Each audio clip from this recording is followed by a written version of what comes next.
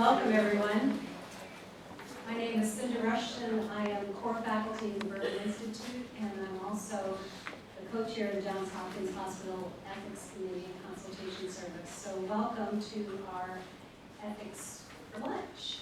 Hope you're having lunch. This program is co-sponsored by the Berkeley Institute of Bioethics and the Johns Hopkins Hospital Ethics Committee.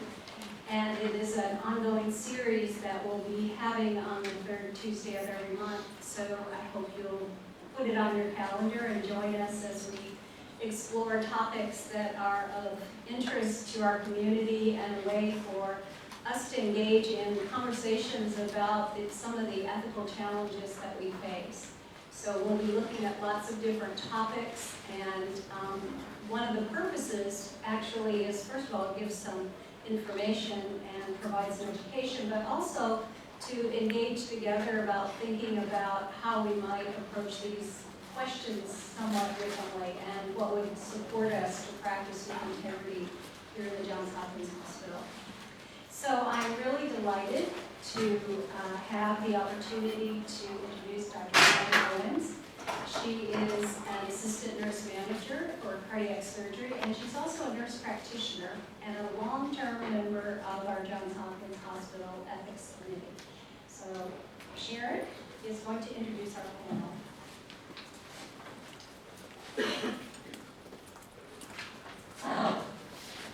Thank you for joining us today. I just want to give you some sense of how the session is going to go.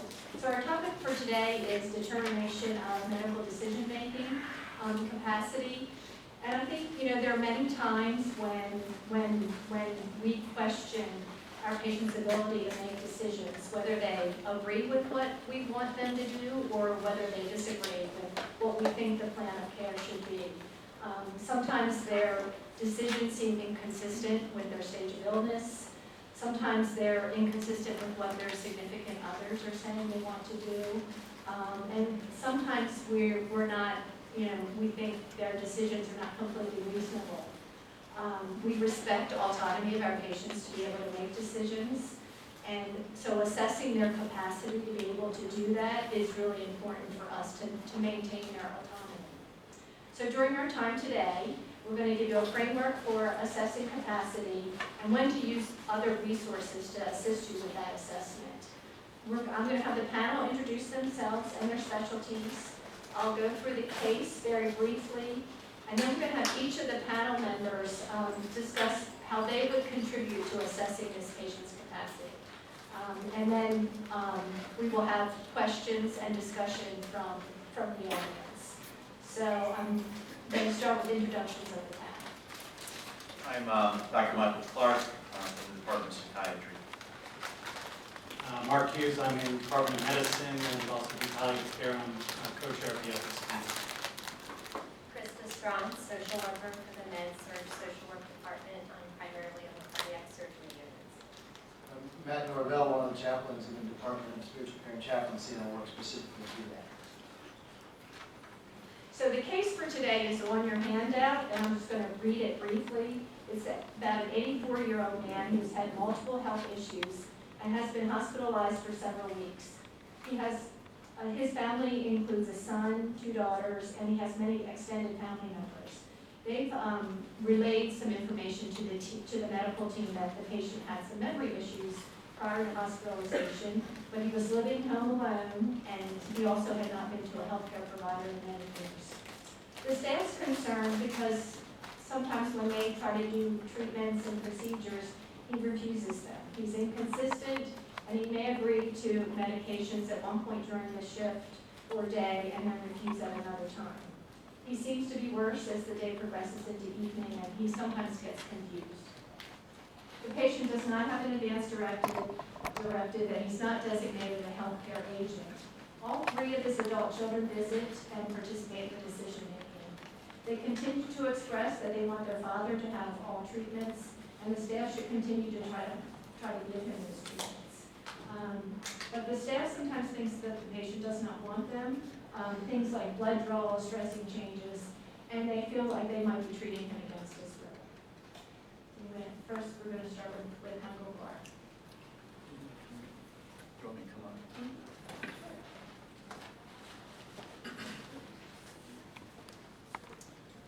so think a little bit about situations you've been in yourself, and some issue has come up that may be very similar to this one.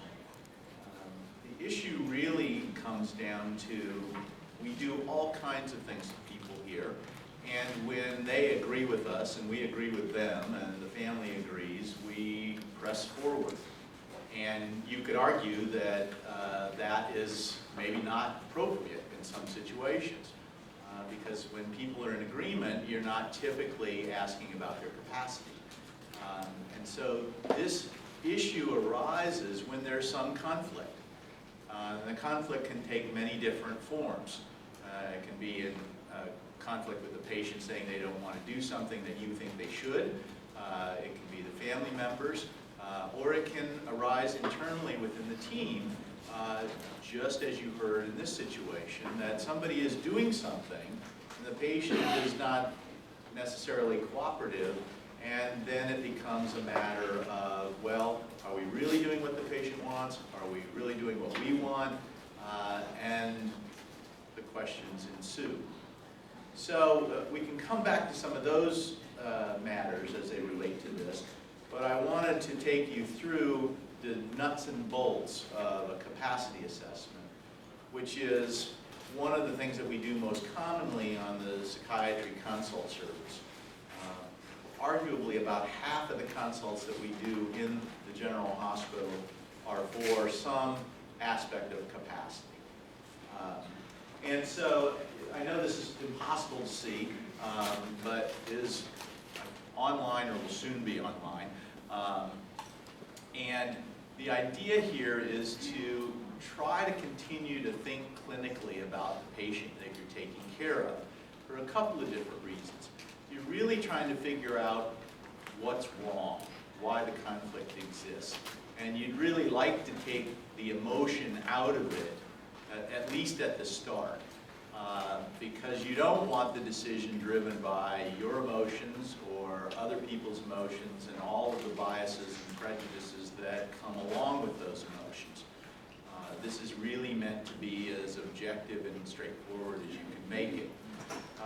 So obviously some of the red flags that come up in addition to just the conflict itself are that as you do assessments of somebody's cognition, like giving them a mini mental status exam, it's a low score and raises some concern.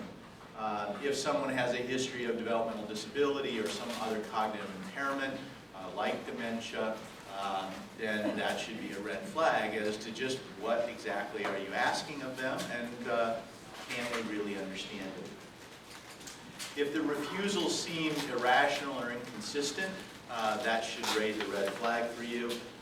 If a family member is coming to you and saying, we don't think this is right, or we don't think that he is aware of what he's deciding, or really anything, you should take a time out and listen to them and try to understand what is it that's going on.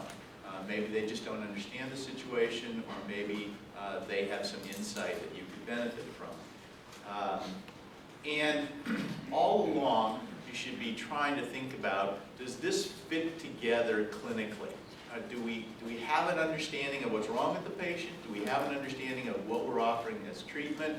Do we have an understanding in our own mind of what is the best course of therapy, second best therapy, the limitations of providing that, and how the patient is engaging with us? So, as you think about the bedside assessment and interacting with people, it really is what you are automatically doing with everybody all the time. It doesn't come into this kind of formalized structure, but when you are taking care of somebody, you have an assessment of, in your own head, about what decision do I need to get from this person. Even if it's as simple as, here's your medicine, and I want you to take it. If you're pursuing this in a more concerned fashion, it's obvious that you should do this in private, that you should do it in a quiet, non-distracting setting, that you should do it in the person's primary language. You You should try to do it with somebody who really knows the patient, or the patient perhaps has a better relationship with. And then you should be thinking about what are the choices that we're trying to give the person. Why do we want them to choose one thing over another? But then trying to lay out for them what are the pluses and minuses of all of these choices. What are the real alternatives? What's the consequence of choosing an alternative of I don't want anything? And why is that coming up? And then basically, as you are interacting with the patient, you're trying to get a sense from them. Can they communicate a choice at all?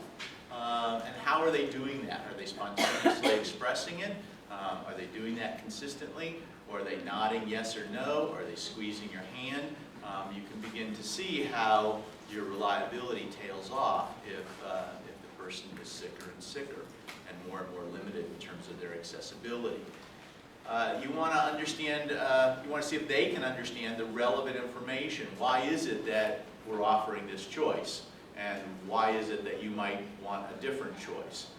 And then can they appreciate just how ill they are, what the consequences will be of picking one choice over another, and can they manipulate that information in a rational fashion?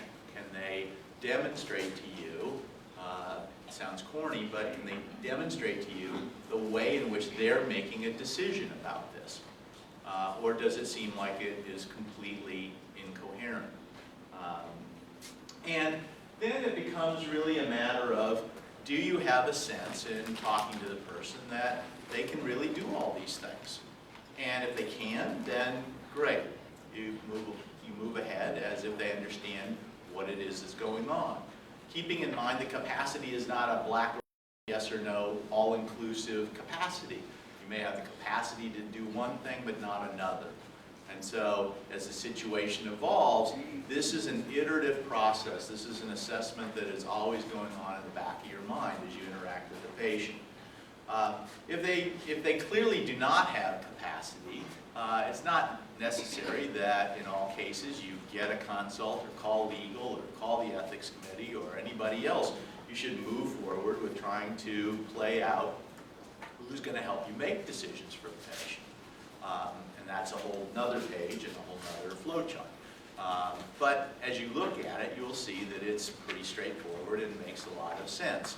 If you were to sit down right now and write out a list of who knows you best, who's closest to you, who could care for you and keep your interests in mind, it would be pretty clear that there's a hierarchy that exists in that domain. So then you come to the issue of, well, there's the gray area, and it's not straightforward. You're not really sure whether they lack capacity or they don't. You're not really sure if their capacity is changing over time. There's a conflict with the family or a disagreement about whether the person has capacity or whether or not they're making the right decision. And anything else that makes your gut tingle. Because it's when you're interacting with folks and you feel like this is not going well for some reason, you should always step back and ask yourself why. If things are going smoothly and they make sense to you, then you want to make sure you're within the rules and the guidelines.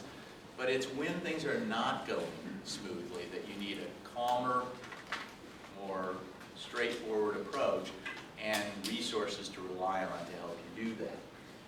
So in those situations, it may be very much appropriate to call psychiatry and get our input, or it may be more appropriate to involve the ethics team, or legal and risk management, or maybe all of the above. As it turns out, many of us are representative of all three of these domains in some way or another, and so we eventually end up hearing about it anyway. And oftentimes things can be handled by straightforward phone calls, but then there's the more formal process. So I think at this point maybe I'll pause and let other people speak, and then we'll throw it open for questions and talk about some of the more situational factors that arise in these cases. So from my perspective, there'd be a few things I'd want to know about this gentleman. Certainly hints that there might be some underlying dementia, the memory issues that the family had expressed. There could be an additional delirium now that he's in the hospital, since the time of day seems to impact on his willingness to accept some of the treatments. So I'd want, either with psychiatry's input or with the primary team, to try to more formally assess that.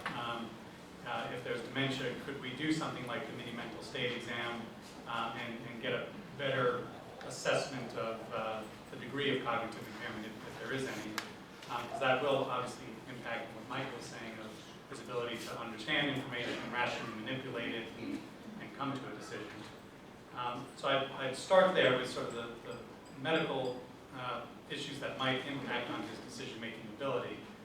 The other thing that I'd want to know is, what treatments are we talking about? It's kind of nebulous in how this is written.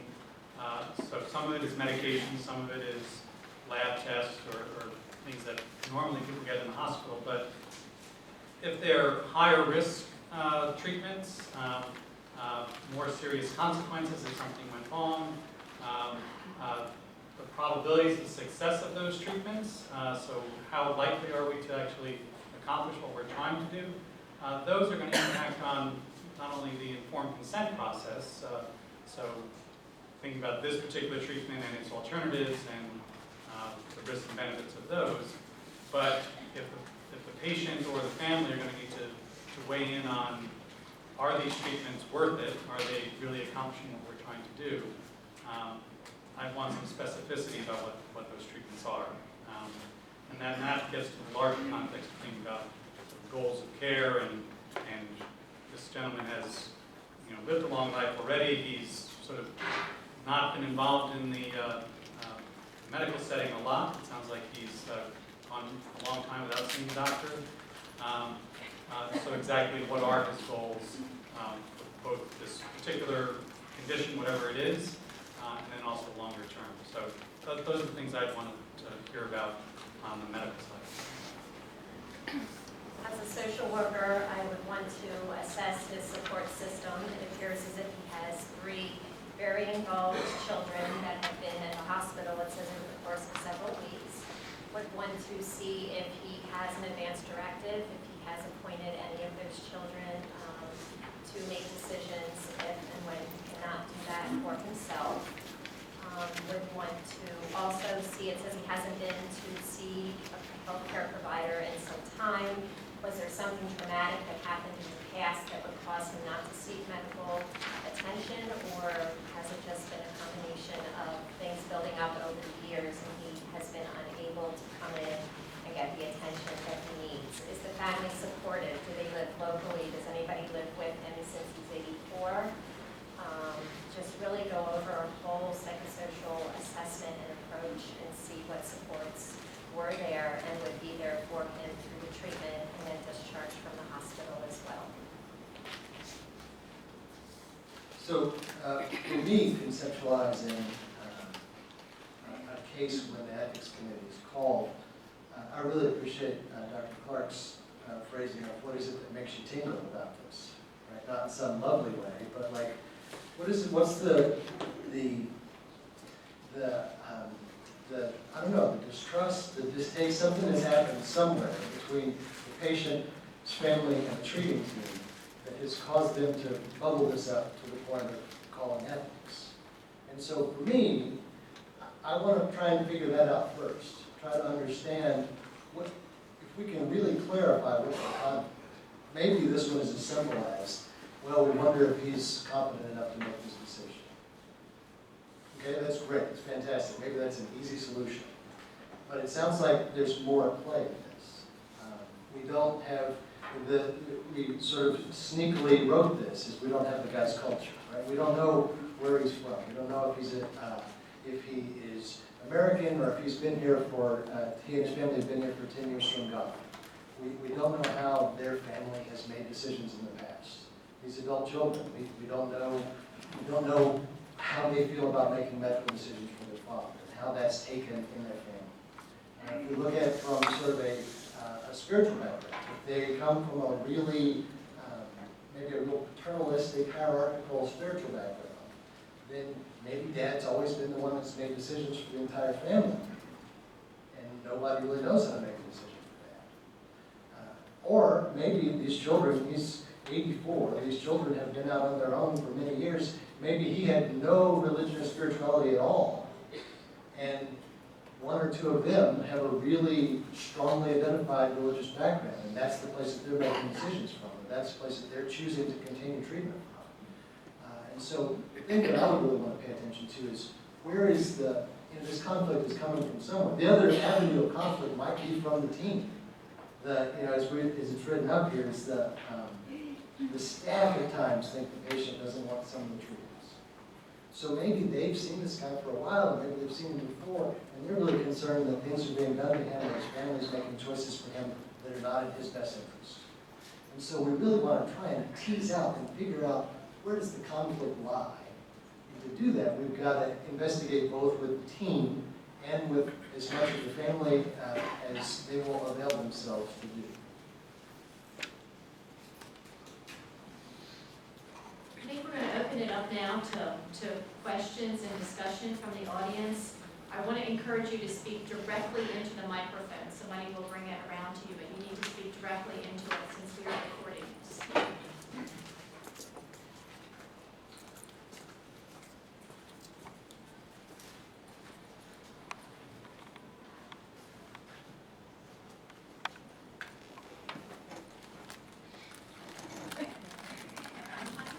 How all this changes when the patient is a minor. How the perspective would change if the patient, instead of being an adult, would be a minor, and it would be the parent taking the decision. What would be the other consideration? So did everybody hear that? The question really is about how the situation would change if the patient is a minor as opposed to an adult. You start answering. Well, for me, it doesn't change much in the sense that I want to know what's going on with the child, and I want to have an understanding of why there's the conflict, and if it truly is related to the child and their individual capacity and abilities, and why they might be compromised. Many disorders present differently in children. Children have more limited language and oftentimes have more limited insight into what is happening to them. Sometimes in very wonderful ways. Staff have described to me having little kids at the bone marrow transplant unit running up and down the hall squealing and playing because they just really don't appreciate the severity of what's going on. And then, because it's a minor, you have the added assessment of what's going on with the parents. And are the parents in conflict? Is the marriage in trouble? Having a sick child creates a tremendous burden on people. And people react to that in very different ways. And some people just shut down and can't function and can't participate. And other people become very angry. And other people kind of suck it up and are fantastic partners and help you as if they were one of the staff. So those are the things that come into it for me. And oftentimes a good portion of that work will actually take place without the child present, particularly if it's a very young child, so that you can sit down and the parents can express their frustration or their grief or their concerns without the child having to witness all of that. It becomes, in my experience in pediatrics, it becomes further complicated whether we're talking about a 7-year-old or a 17-year-old. We certainly attempt to include adolescents and older children in their decision making. And sometimes that backfires on parents, where they say, I really want my daughter to be included in this choice, and then the daughter chooses something that is not what the parents wanted them to choose. We recently, a couple of years ago, maybe had a case where there was a young woman who was 17 years and 9 months old and was choosing not to have a procedure. And her parents really wanted to respect it. And her choice was because she didn't want to have all the follow-up treatments. connection with her. And her parents, after a lot of negotiation, a lot of angst among the team, a lot of angst among the parents, they chose to allow her to make the choice for herself because they knew that in 3 more months, she could choose to not do follow-up treatments. And that was going to be her right and ability. So it gets really complicated really fast when you get into the older adolescence, in my experience.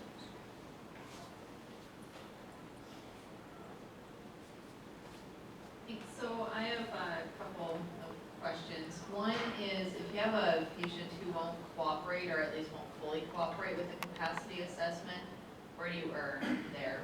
Do you err on the side of assuming the patient is ultimately incapacitated, or do you err on the side of assuming the patient is capacitated, right? So we've had patients who don't want to give their reasons, right? So you can't assess one of the 4 dimensions of capacity. And patients who say, I don't speak to psychiatrists in DC, you have to get psychiatrists involved in all capacity assessments if it's thought the patient might be incapacitated. So they don't want to speak to psychiatrists, and we get stuck in a holding pattern. So that's question 1. And then the second question, especially in this kind of case, if it turned out that this man were declared incapacitated, to what extent would you take his incapacitated preferences into account when advising the family on how to utilize the substitute judgment standard or the best interest standard? 2 great questions. So I'll handle the second one first, because I think part of the stress of the staff is he's clearly saying no to some things, and if we determine that he lacked capacity, there's going to be a point where you're still going to have, are you going to force him into treatment? So the notion of what we call assent and dissent, so for people that lack capacity, they still have to be able to say yes, and I think there has to be a conversation with whoever is determined to be a surrogate decision maker. If it is his family, or we can ask him that question of who do you want to speak for you. You might have the capacity to make that decision, but barring that, if we have the family as decision makers and they're saying he should get whatever this treatment is, or this blood draw or whatever, and the patient is refusing, I think we have to have a conversation with them on how far are we going to go to force him into this decision. And that might get into their sense of his incapacitated decisions, and how might they have bearing on how we proceed.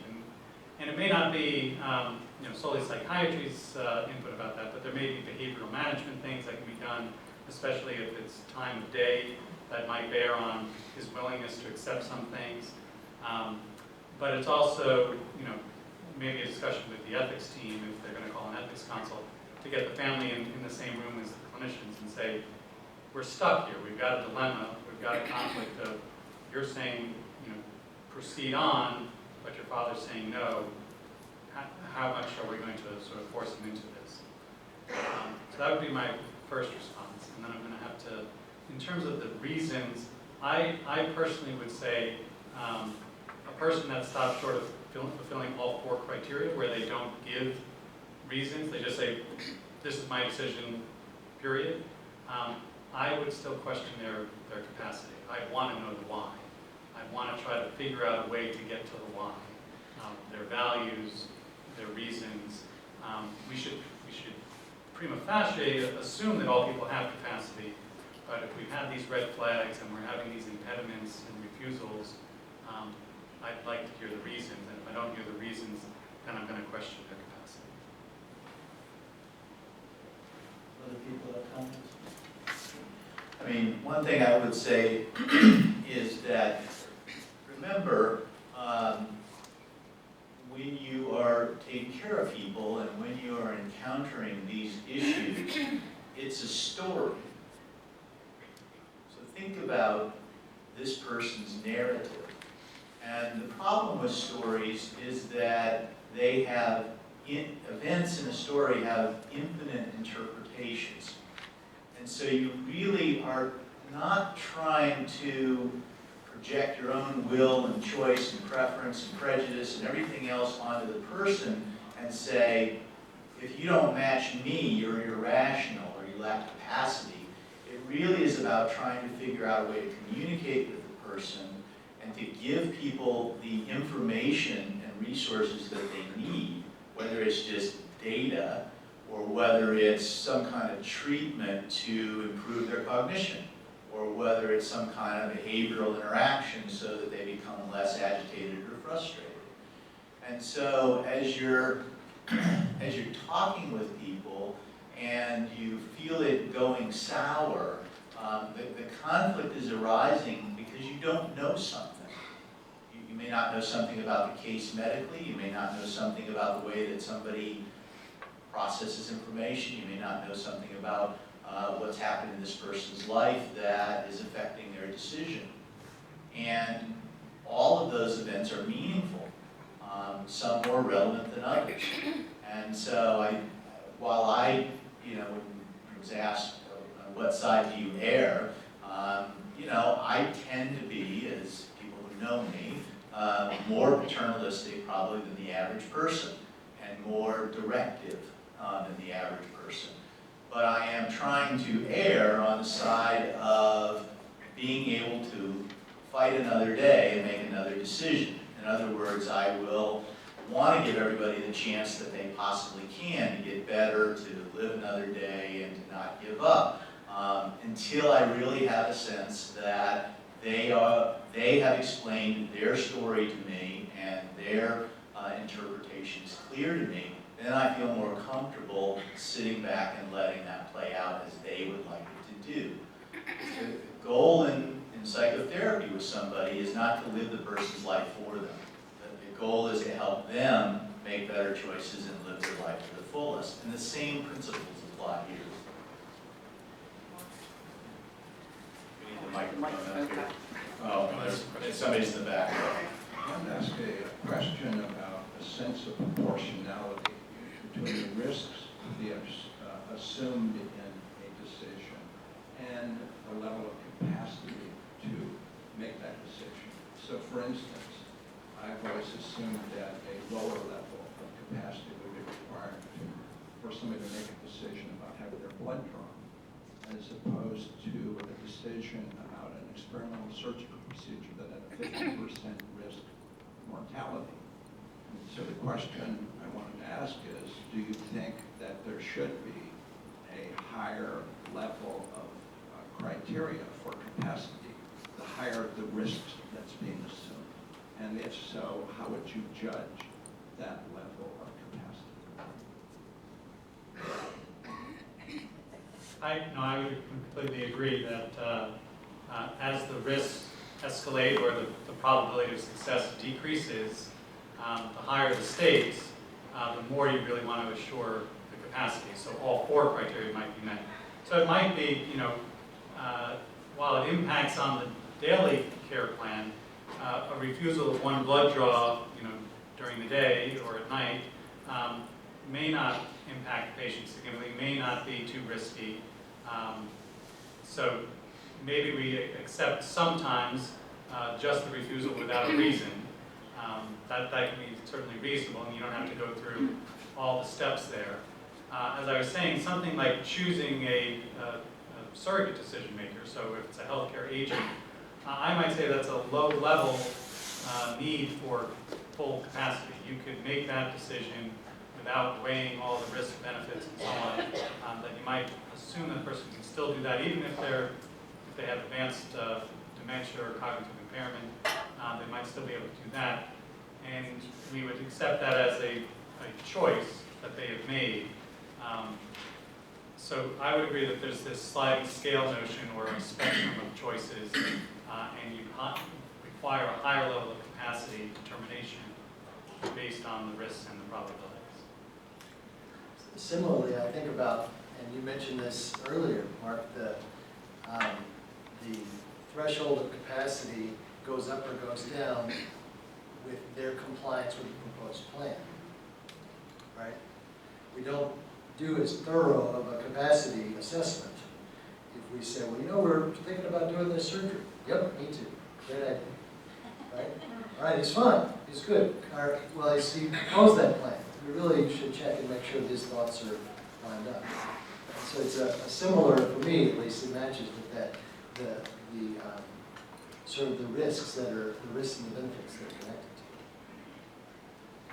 When you have a patient who lacks capacity, has not made a formal declaration of who they want to make decisions in writing, refuses to do so, and the family has conflict and will not agree, Christy, can you talk a little bit about what your role would be in the team? Sure, so we would like to sit down and talk with the family that is definitely invested in that patient. The advance directive you're stating is not in place. There's 3 children in reference to this gentleman here. They would all have equal and legal rights to make decisions for him.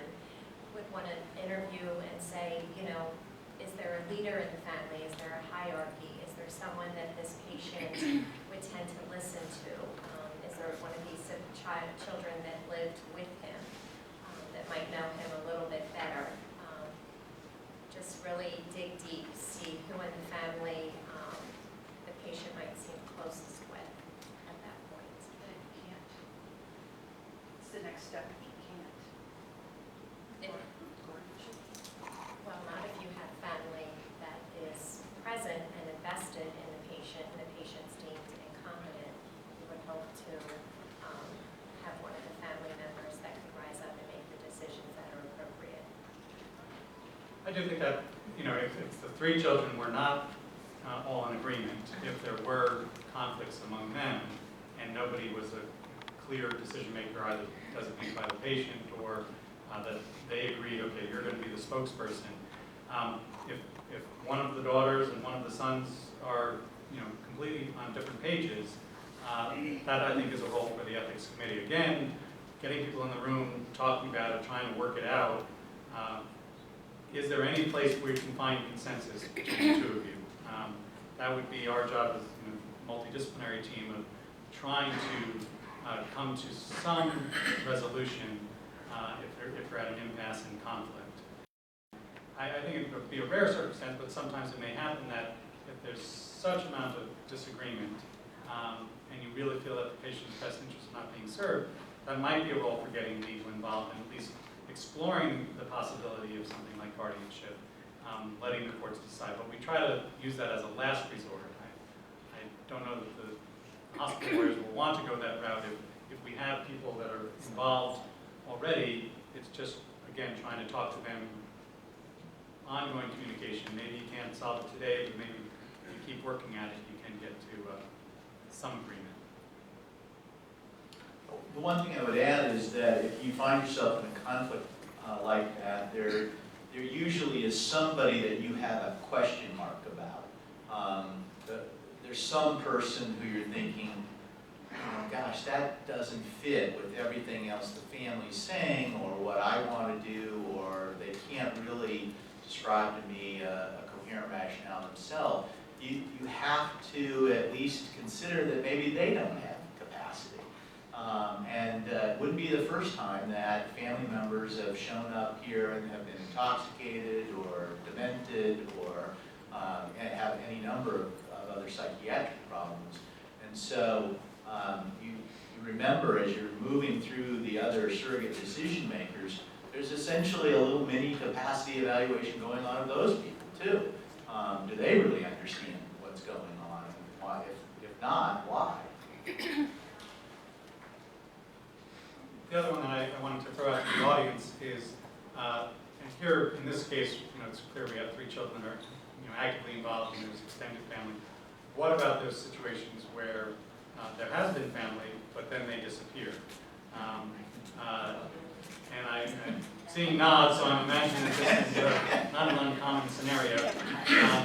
Either they're so distraught that they just can't come to the hospital anymore, or they've got other responsibilities, they've got either home responsibilities or work responsibilities, and they're not always reachable. And despite best efforts by the healthcare team to get them engaged, we're not doing that. So I don't know if anybody in the audience has experience with that, of what you've done in those situations, or if any of our panelists wants to try to tackle that one. But it's a tough one because we want to be able to talk to people if they're going to be the decision maker.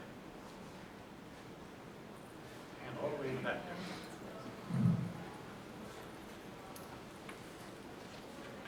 I realize we don't have a chart on this, but I was framing that in my head as lacking emotional capacity, or, some sort of, certainly they could make decisions, but they don't have sort of the personal bandwidth to be able to step up, the courage maybe, to step up and make a decision.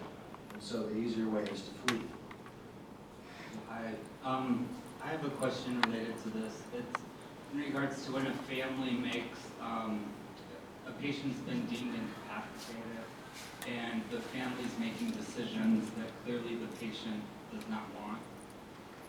And as a bedside nurse, we have to then do these procedures that the patient is obviously refusing, and we're being forced to restrain the patient, sometimes at weeks and months on end, and the family disappears, and then we're left to basically force treatment upon someone that's very unwilling to participate. And I like this idea of having the spectrum of capacity, because this patient clearly was aware of something that was going to hurt and did not want this to happen.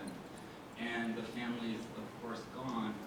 So as the nurses, we just kind of continue on with this and voice our concerns, and they seem to go nowhere.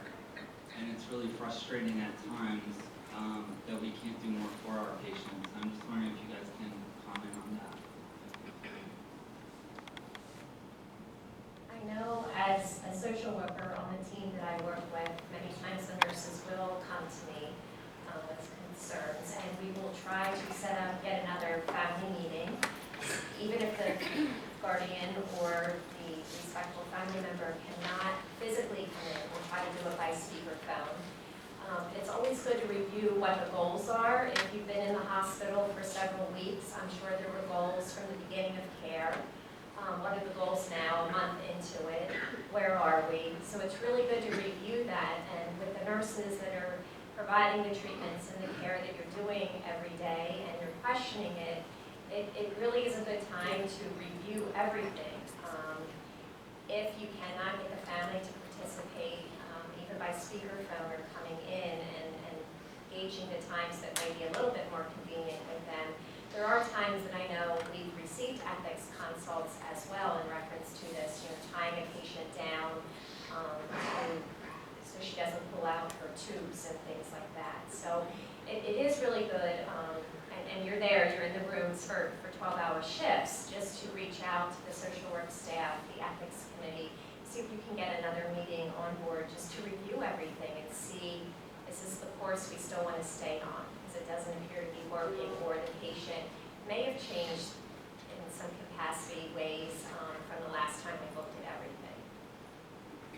It's situations like that, it's no longer really, well, it still is, but it's, what I hear you addressing is not the ethical treatment of the patient, it's almost questioning your professional ethics at that point, it's involving your professional ethics and your willingness to participate in a procedure that you perceive as causing suffering. Right? This is caregiver suffering and moral distress.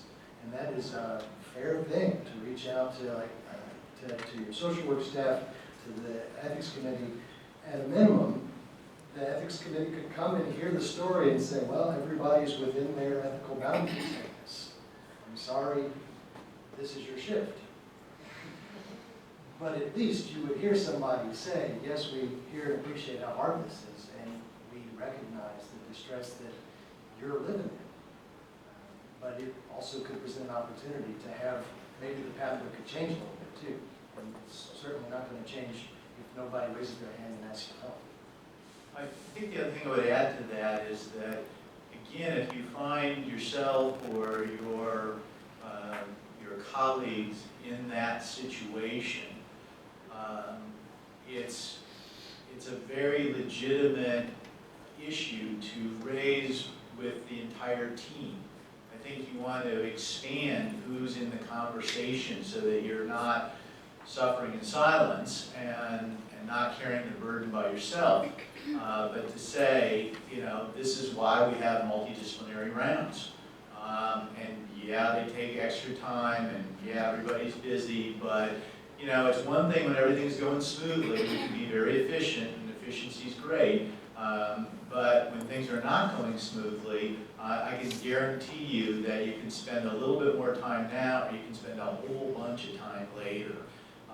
And so I think it's very worthwhile to sit down and say, let's just talk about this case amongst ourselves, and why are we doing this, and what is going to be the outcome, because oftentimes I'm struck by how people don't really know the information. And it's not always a top-down driven problem. We have services where the attending is changing every week. We have services where residents are, in and out, and because of duty hour limitations, 5 different people are covering that person within a very short period of time. So I do think that the nursing staff spend the most time with people. They see them in all these different settings. They work with the families. They have a lot of information that sometimes you have to grab everybody and say, I need to share all this with you, and I need to understand, and for you to understand, where we are. And then the other thing I would add to that is that there's the issue of, are we doing something that is inappropriate at a conceptual level? Or are we doing something that we really would like to do, but we can't figure out how to do it? It's the mechanics of the problem.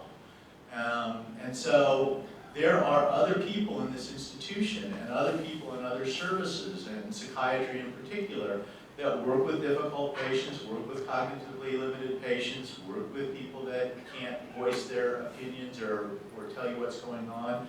And there are lots of ways in which to engage them, and lots of ways to get your task done that are not furthering an inappropriate strategy and helping you to come to a sense of, I really am helping this person rather than torturing them. So Mark, I'd love for you to answer the question you posed. And I have 2 other questions. One is that we think of decision-making capacity as a clinical determination, as separate from a legal process to determine competence, which is more typical in what we might think of in psychiatry. So if that's the case, I'd love for you to speak about the role of non-physicians in the assessment of capacity, to pick up on the issue of nurses being people who are in constant contact and their contribution to this process of decision-making, capacity assessment. And the second thing, Michael, to talk about what is the role of psychiatric diagnoses in determining decision-making capacity?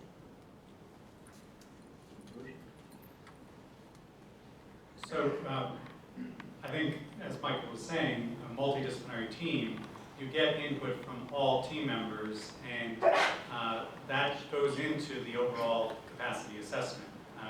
So while there may be these 4 criteria that have to be met, the nurse, especially since they have the most contact with the patient and when the family visits, their involvement, is getting a sense from them of a lot of these domains, their understanding of what's going on.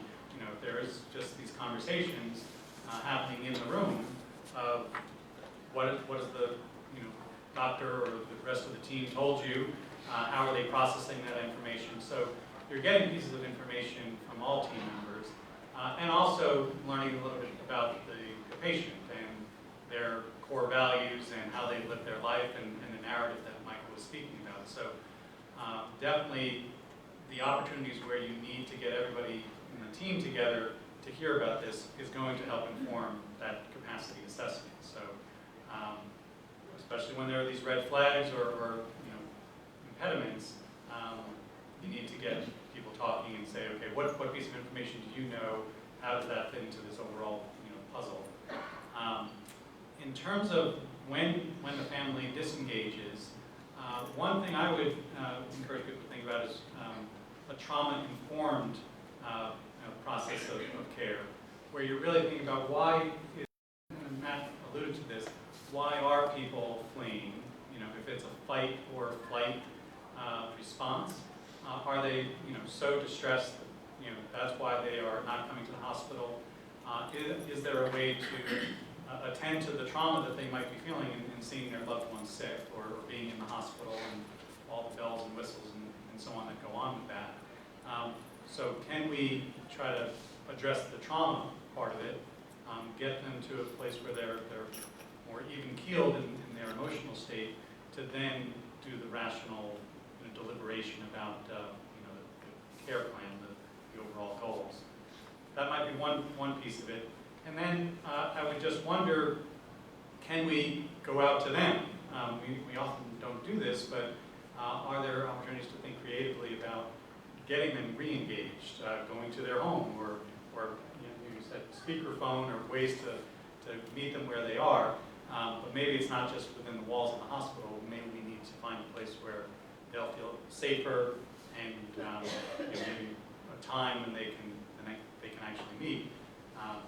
We don't often do it, but sometimes it requires it, especially when it's a very tense situation where people are suffering. So in terms of the psychiatric diagnosis, there are a couple of elements to this, because on the one hand, oftentimes the thought is, well, come and tell us why this person is so difficult or can't make decisions or won't do what we want them to do, and because I think they must be crazy, or they must have some psychiatric diagnosis.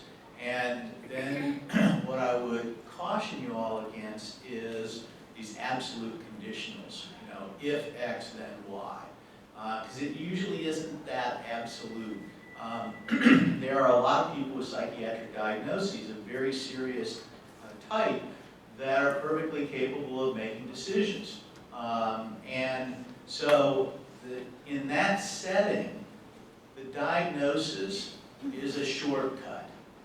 It's a label. And what do you know about shortcuts? They're efficient, so they have an economy to them. And with a shortcut or a label, diagnosis, you can communicate a lot of information to somebody just like that. And most of the time that's okay. But it doesn't capture the nuance and subtlety of people, because the third E of shortcuts is error. They're prone to errors. And so the real reason to get the psychiatric diagnosis is so that we have more information and can tailor the intervention and treatment of this person so that we can restore them to the ability to hopefully make an informed decision and have or regain that capacity. Or, if they can, that we can talk about what are some strategies to make this easier for you, what are some strategies to engage the family, what does the family understand about this diagnosis, if anything, because all of those other aspects will come into play. Other questions? Yeah, I wanted to ask a question about kind of how we deal with people who exhibit magical thinking in terms of capacity. So my understanding, and correct me if I'm wrong, is that a big part of capacity is understanding the likely consequences of either decision. Saying, I know this will do X, this will likely happen, and I'm going to do blah, blah. And when patients say, I know that if I don't take my drugs, or I don't do my treatment, or I leave the hospital, I will relapse, or I'll end up with BD, or whatever will happen, they understand that they have capacity as much as we don't like it.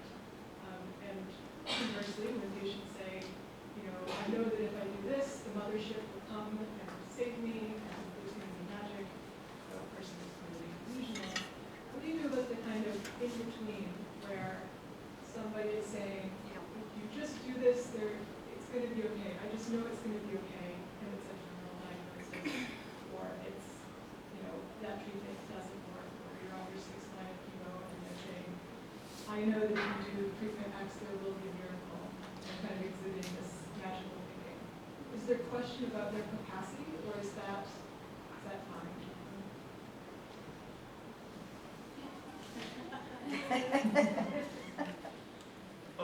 hope.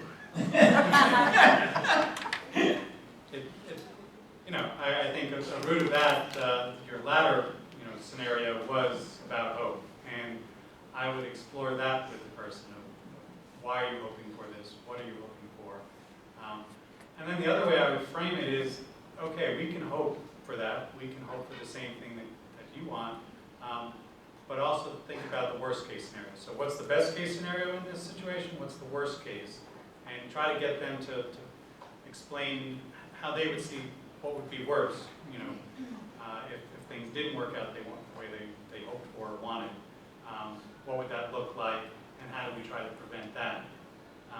So again, it's engagement, it's discussion, it's communication of both scenarios, and seeing if they're willing to go, to the worst cases just as well as, the hope for, this is what I want to happen. That's where I'd start. I don't know if others have suggestions. Well, I think that there's a couple of different things I would do in a circumstance like this. I really would, assuming that we get past the point where we think the person is delusional, or the person is just has such a simple approach to decision making that there's nothing else there behind it. Then it really becomes, as I said earlier, trying to meet the person where they are and understanding why it is that they're thinking this. Because, again, as I said earlier, there are a million interpretations. And I have seen people say, I can't do this, or I don't want to do this because I know that I'm going to be healed, or I know that this is going to happen because that's part of their religion. I have also heard people say within the same framework, I feel like if I don't do this myself through faith, that I'm letting my God down or my pastor down or whoever.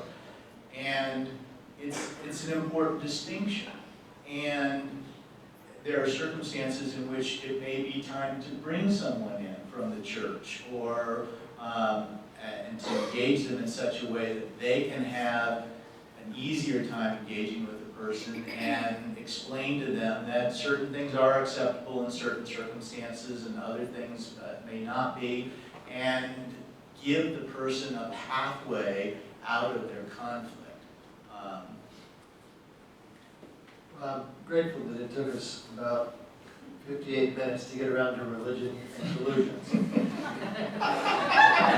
You made the connection, not me. Wait, no, I think that... I'm sorry, I think you're delusional. Yeah, sure. You've got a list of people. I think that what everybody said already is what we're doing, right? We're trying to meet the person where they are. As I heard this case, this vignette description, I heard people making decisions because they were afraid of what was going to happen, right? And really having to get in there and be with them enough to support them in their fear. And if it's sort of a hard edge of a medical decision saying this is ineffective treatment, we're really sorry, then that I can come up with a bunch of delusional reasons that are connected to my religion that I need to try and continue other treatments, because I want to continue on, right? And so it's finding ways, whether it's just whoever is present clinically can be with them and support them in that space, or maybe it's bringing their own religious person, their own family person, but it's someone else that is able to be present with them and support them in that. Because that's not necessarily delusional. I mean, I like feeling like magical thing. It's not necessarily delusional thinking. It's, well, I sure wish there was some other way we could work this out.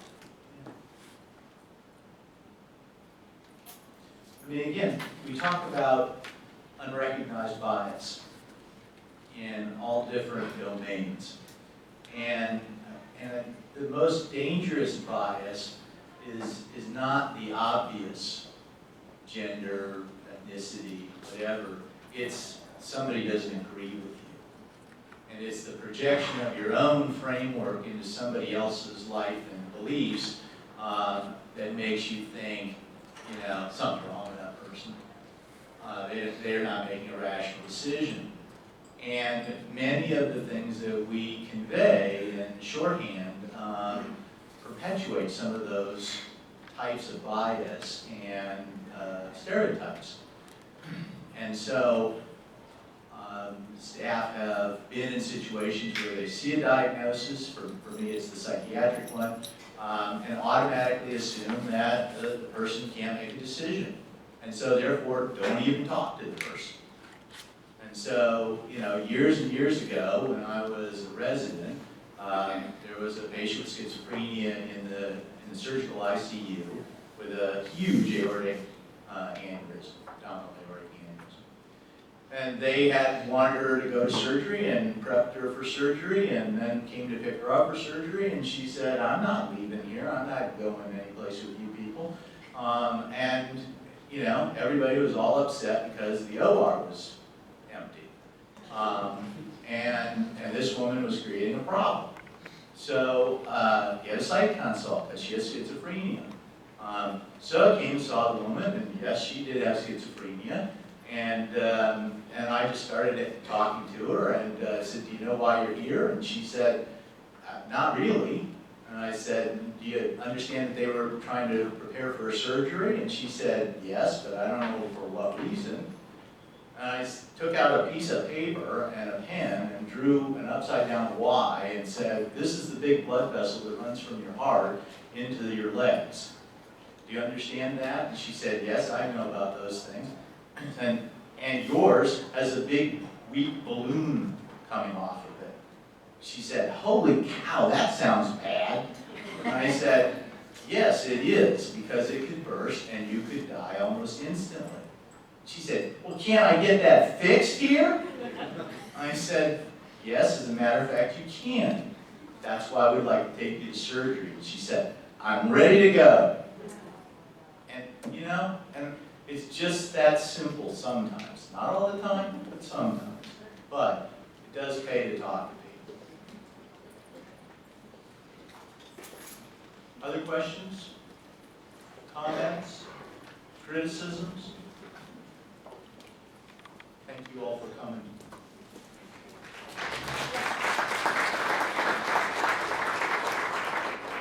Before we end, I just wanted to highlight just a couple of things that our panel said. First of all, decision-making capacity is based on a decision that needs to be made. It is a clinical determination that all members of the healthcare team can actually do, and ought to be documented in our medical records so that we can go back and have that history to draw on. When people need help, the ethics service is available for every member of the healthcare team, including the patient or the family who may also feel like they need some assistance. So we invite you to involve us. Dr. Clark made some great points about the role of psychiatry. Psychiatry wouldn't be our first line of assessment, that our clinical determination always ought to be done in a robust way before we conclude that we actually need additional help. And that it's a process that involves engaging all members of the patient's family, the patient himself, and the people who are taking care of the patient to engage in an ongoing assessment, being aware of our biases and how our own biases may well be projected into the situation, our sense of urgency that we need to make a decision now, may overlook opportunities to actually assess on both ends of the continuum when patients can participate in decision making. So I want to thank our panel and thank all of you for being here, and we'll see you in April.